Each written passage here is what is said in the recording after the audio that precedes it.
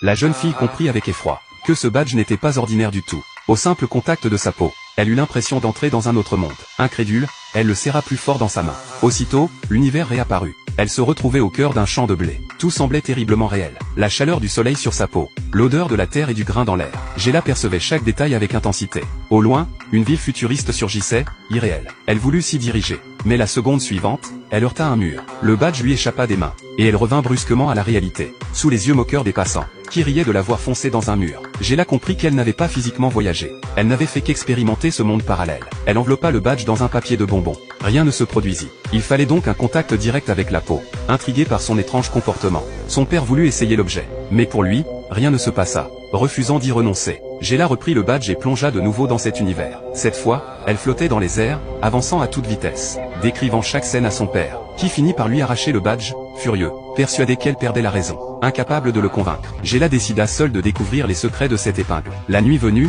elle la vola discrètement, et s'enfuit dehors. Son objectif était clair, atteindre la ville futuriste. Peut-être y trouverait-elle des réponses. Guidée par le badge, elle pédala jusqu'à un vaste champ, puis activa de nouveau l'objet. Succès, la voilà au milieu de la cité. Et ce qu'elle découvrit dépassait l'imagination. Toutes les inventions possibles et folles existaient ici. Émerveillée, elle erra dans ce kaléidoscope technologique.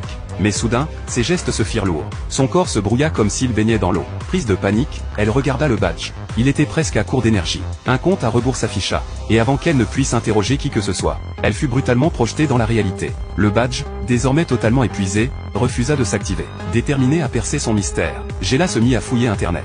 À sa stupeur, ses recherches donnèrent vraiment des pistes.